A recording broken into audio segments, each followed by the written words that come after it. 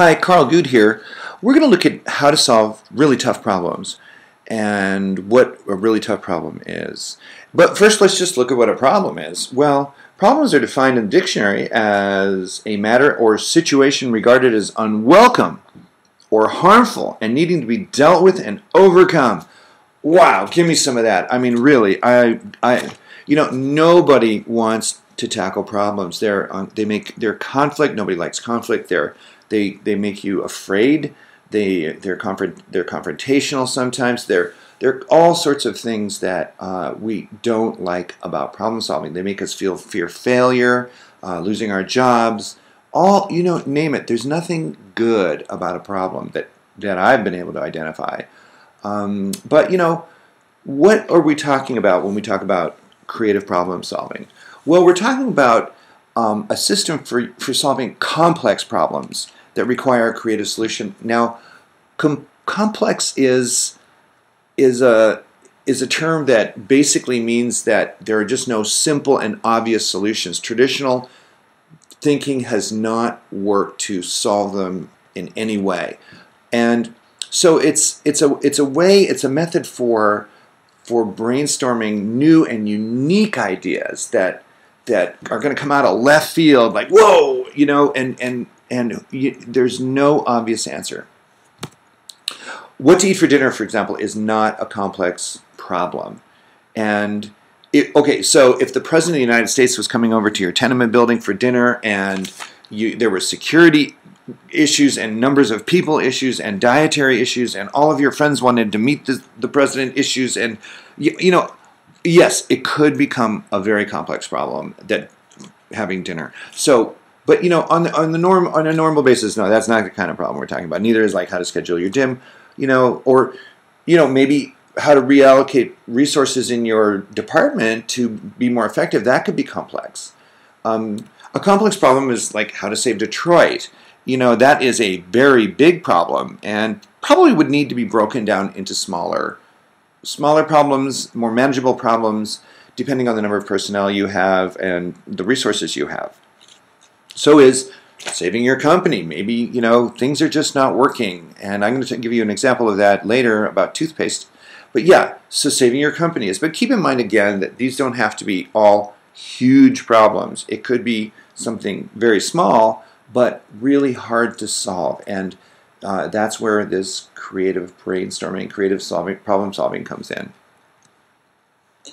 So what happens when things fail and things aren't working? Well, people start looking for other ways to solve them, and hopefully they'll stumble upon this idea of the creative process and finding a system for doing it that is going to mine people's brains for new ideas that have never been thought of. And unfortunately, it often is when people are desperate and everything else has failed, traditional methods have failed, that people start searching for these things. But hopefully by going through this course, you're going to really understand before it ever gets that bad that there are ways to deal with these things. Let's just do it right from the start. Let's always use this method when it's a problem that needs some radical solution. So why do ideas fail? Well, here's some ideas. This is one of my lame drawings, and the little P's are for predictable patterns. We're all like, it's all popping out of our brains, everybody's very comfortable, as we've talked about in the past. Brain is very comfortable thinking the way everybody else thinks and not rocking the boat in any way. But then when faced with a complex problem, we're afraid. We just absolutely freak out. We don't know how to deal with it. In a way, the problem becomes a problem because you don't know what to do. So not only is the problem a problem, but now you have an additional problem of not knowing what to do and being confounded and all of those other things. Now the P, that's my joke. The P stands for paralyzing fear. So you're the boardroom.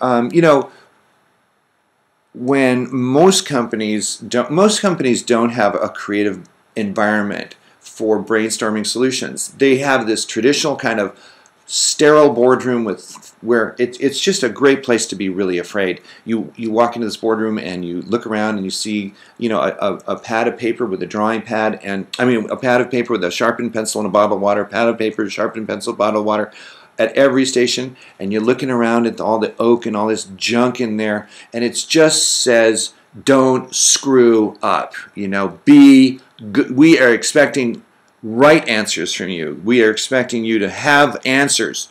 And you go looking for the chair that is least likely to be called on by the CEO, and you sit down, and everyone is sort of doodling on their pads, and the first thing, you're the first person they call, like, hey, you, what do you think we ought to do about this problem? And you just start doodling frantically and mumbling, maybe we should throw more advertising at television. And that goes over like a lead brick, because while they've thrown more ad money at advertising, nothing else has worked. We need a better idea here. Come on, people. Come on, people. Well, there are companies that have creative environments just for such situations. Casual Friday kind of thing, a lot of Post-it notes lying around. All these techniques that are creative techniques techniques for building an environment where it's okay to fail, it's okay to explore and try things. And most companies are not like that.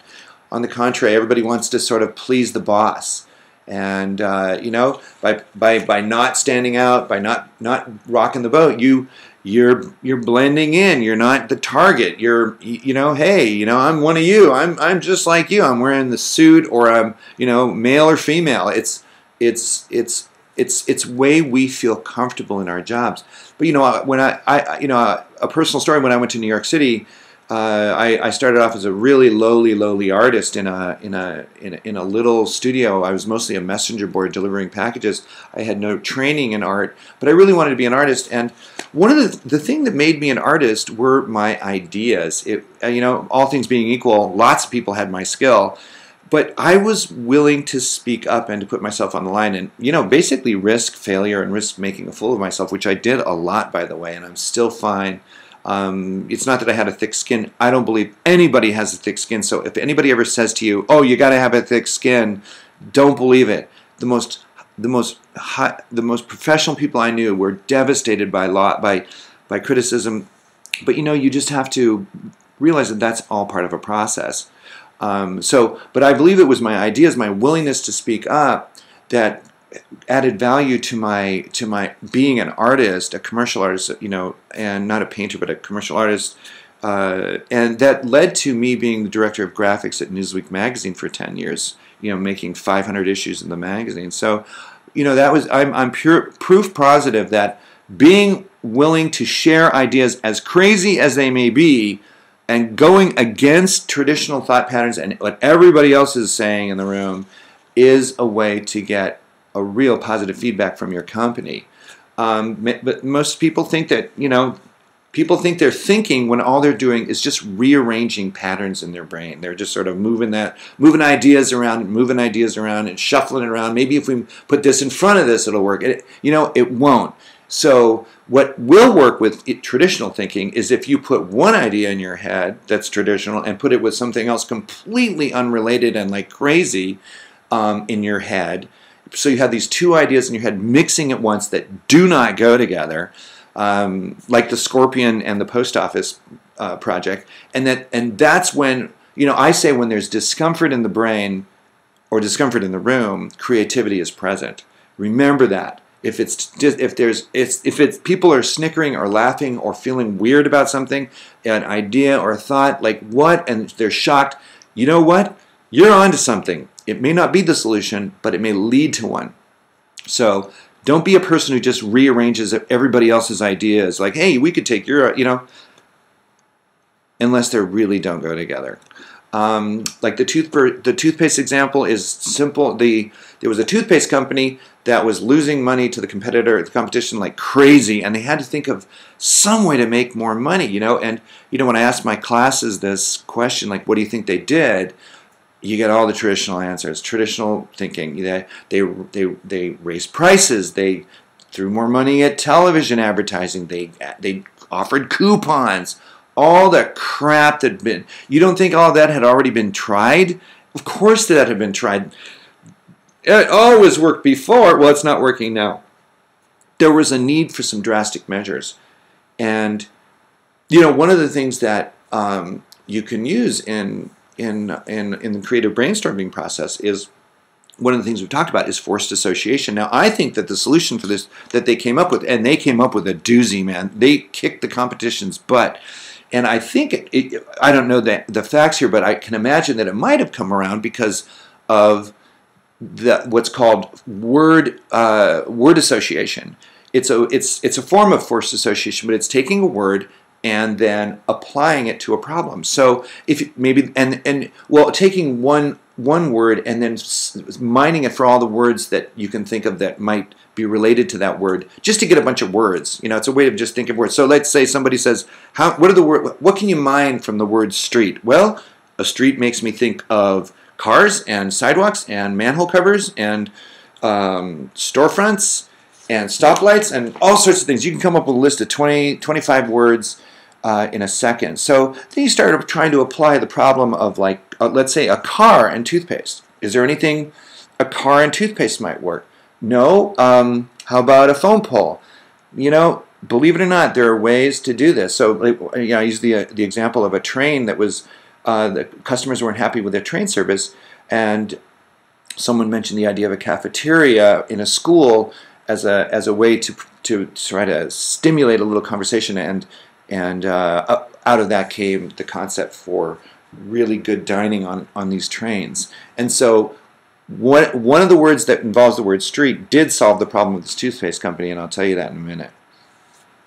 So that's what I'm saying. You apply this creative process. You use real creative techniques for brainstorming solutions, and hey, and then, you analyze that idea and make sure it's going to work. And what do you know? A little idea can pop out. So it actually is something no one had ever thought of before, but because it's a creative solution. And then when you really analyze that idea and then attack the problem with it, you can actually find that you have solved the problem. It's a unique solution to a unique problem, and you feel empowered. Here's what they did. They enlarged the toothpaste tube, the hole where the toothpaste comes out of. That's all they did. And my guess is that it could have been that somebody mentioned the word manhole cover, which made people think of a hole and an opening, and that just jumped into the idea, hey, the opening, we could just totally enlarge the opening. People would just use more toothpaste. They'd have to buy more, and that's what happened. And so they started marketing it that way as the new big mouth tube, and they had TV commercials with people just foaming up the mouth with all that toothpaste on that brush, and wow, it really worked. People went crazy, and it flew off the shelves, but it wasn't before they did a bunch of market research to make sure that people would go for this, people would buy it, and it turned out they did, So that was a simple solution, and that was probably that could have been through some sort of a word association, like the word manhole cover, might have sparked an idea of an opening. So another thing to really remember is that, when you do come up with a crazy idea and people like it, or it does solve a problem, or they run with it, even if it doesn't work, but people thought, let's try that, that might be worth it, and then they realize that even if it doesn't work, creativity and self-esteem go hand in hand, because you're thinking in new ways, and when you do solve a problem, it is incredible. It's an incredible feeling. It's a real high, more than anything you'll feel. And and solving a problem like a wolf, and turning into a little puppy is, you get to keep the puppy. So what is the creative process anyway? Well, it's an actual series of steps that anyone can learn. 7, 6, 5, 4. Depending on whose list you look at, they're all out there. You can just look up steps in the creative process. You'll find a bunch of them. And they all have histories. They're applied to business, they're applied to government, they're applied to all sorts of things. But again, anyone can learn them, and because it's a literacy, being a literacy, it's a process. You can learn a process. Here's somebody else's idea of the process, which is hilarious. Here's the little red sliver up there. That's inspiration. You know, the blue is how much work you're actually doing. Then there's green is binge eating, yellow discouraged napping, and random internet surfing. I just think that's hilarious. And sure, really what that is though is this is really how a lot of us sort of deal with creative ideas in our head and problem solving. We do all sorts of things, and sure, it might be whatever you need to be thinking creatively. Maybe you need to be sleeping. Maybe you need to go for a walk. Maybe you need to do anything. It doesn't matter what you do on the larger parts of those slices, so long as the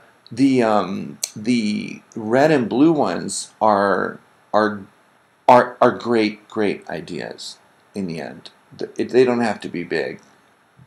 You just have to surround yourself with in a situation that will make you be your best at creative brainstorming, and that includes a company.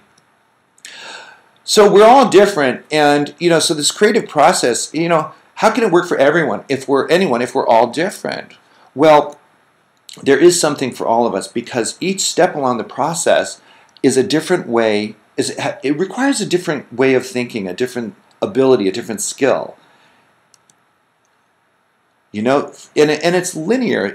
First thing you need to do is do research, gather in a lot of data. Then you need to really define what that problem is. Once you understand it with that research, then you need to come up with what is the problem we need to solve here.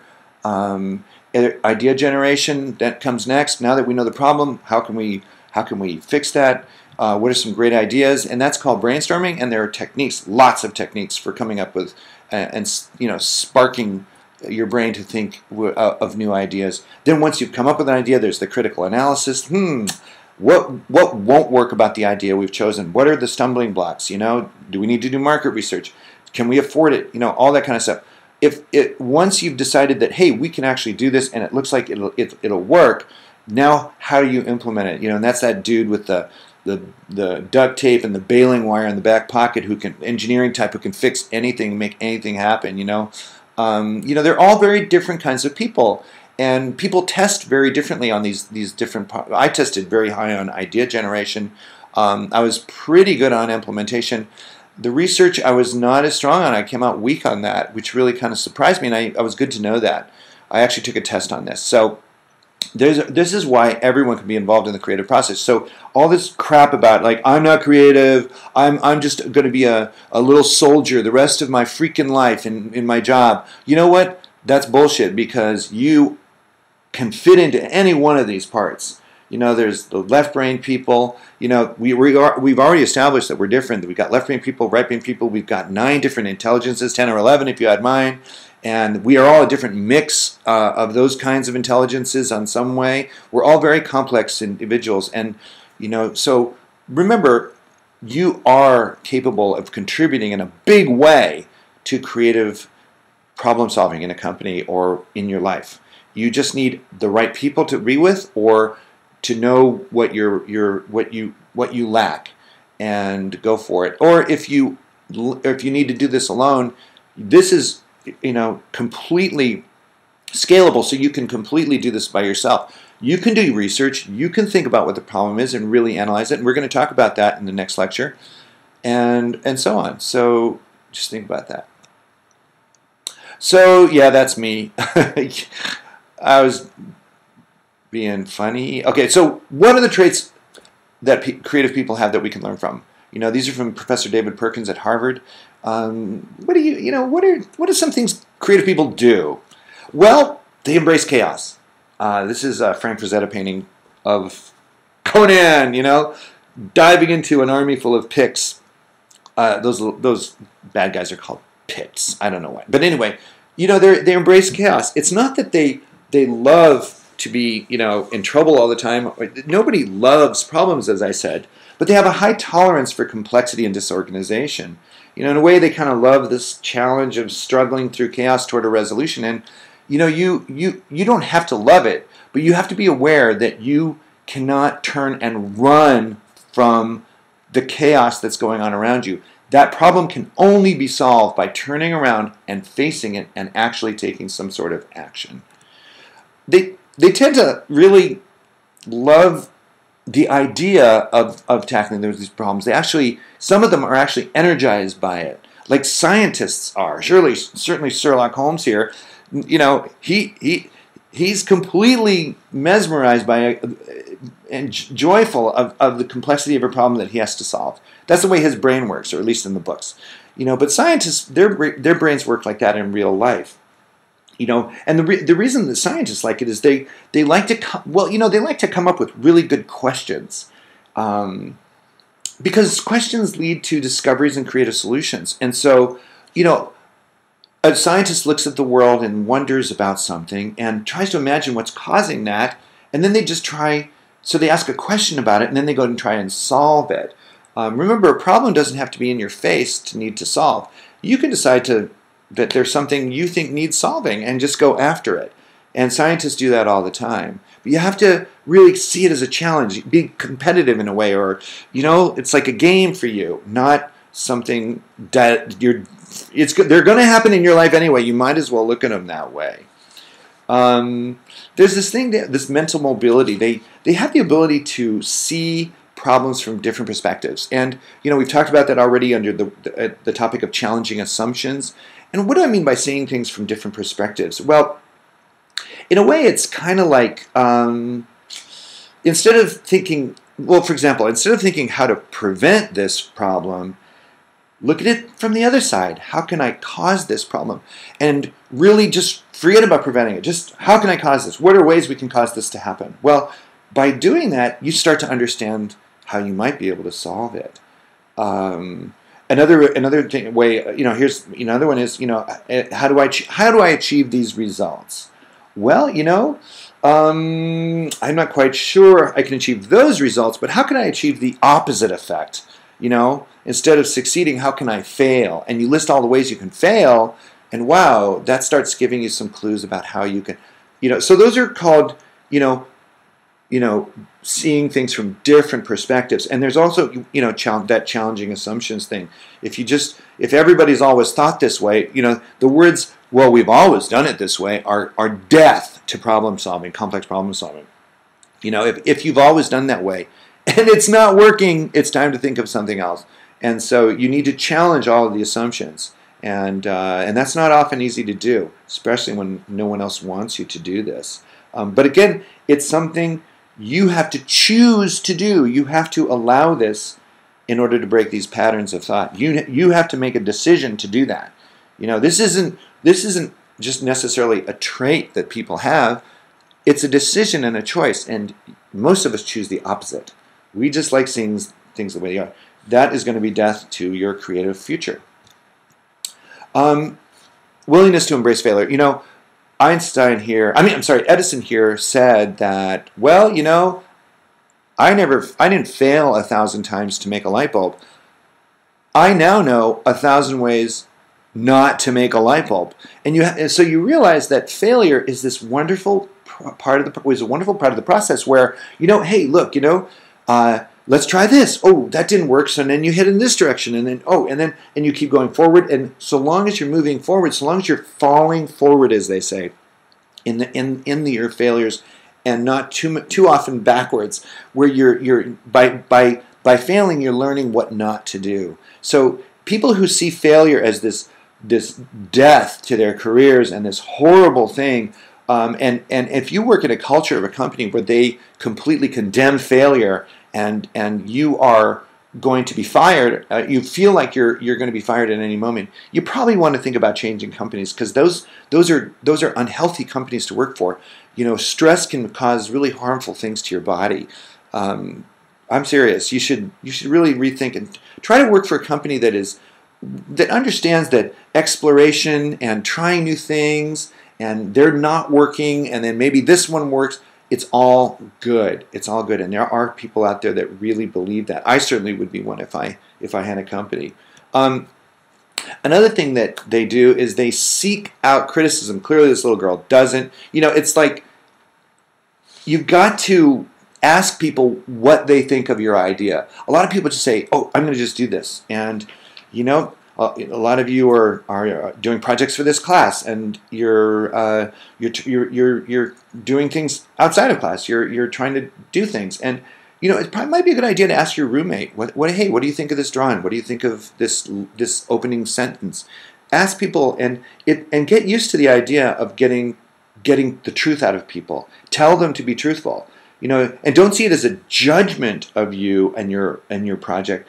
See it as constructive analysis. This is the analytical phase. So there's an analytical phase to the creative process. So you have to really think about how this can go wrong, and other people can find things that maybe you didn't think of. So you just have to put aside your ego and test. And the last thing is they have this. Creative people tend to have this inner motivation. It's sort of like this, oh my God, I have to do this. I mean, even if I'm starving and living homeless on the streets of New York, I'm still going to try this. I'm going to do this, and I'm going to persevere. And you want to make sure you feel that way about something you're tackling in your life, because, a lot of people, just say, hey, you know what, this being homeless sucks, and they leave, and they try something new. And that's a good thing, because they've discovered that this really isn't for them, and they should try something new. And that's a readjustment of their priorities and their passions in life, and that's good. Another kind of form of failure, and it's not family, it's failure. I mean, failure in the sense of a learning experience that leads to change and growth. And so you have to think of yourself as, so if you're going to, all things being equal, if you're passionate about something, you might as well go for that and find a way to do that will actually be a career for you. If you're doing what your parents want you to, or all of those other expected people pushing you to do things, that you're not really comfortable with, you should be rethinking that. My parents wanted me to take over the factory in Los Angeles. I was groomed for it. I worked there all through high school. They taught me the books and everything. And in the end, I said, I'm going to move to New York and be an artist. Let me tell you what the look was on their faces. Oh my God. It took every ounce of courage in my life to tell my parents that. We don't do that. And you've got to learn to, it's your life, remember that. And so pursue those passions, because the other thing about inner motivation, you're taking this class, a lot of you are taking this class just because it's required. Hey, it's required. I just want you're in here for the grade, and even by the end of the class, many of you are going to still feel that was really all I was in there for, and that's fine, but hopefully many of you will feel that you're in here because you're passionate about your career and your future, and being sort of wildly successful in what you do. So that being successful is fun. I was very successful at what I did. I reached the very top of my field. And I could go no higher, and maybe unless the White House hired me or something. Again, that's a judgment call there. But I got as high as I could possibly go, and now I'm a teacher. Now I'm trying something new because I've always been passionate about teaching. And I do it for the joy of doing it, not for the paycheck, not for the ego boost, and not for the grades. So you have to wonder why you're doing something and reevaluate that. And sometimes it'll be the right thing to do, and sometimes it'll be the wrong thing to do. Because remember, success is all about good ideas, and you're all capable of having good ideas. Every single one of you, any one of you, is capable of having a good idea. And if you're willing to really learn how to have unique ideas apart from everyone else, and using things like the creative process for doing so, and other techniques that are out there on creative thinking, you're going to be fine in this world and have a really good career and a really good life. So good luck out there.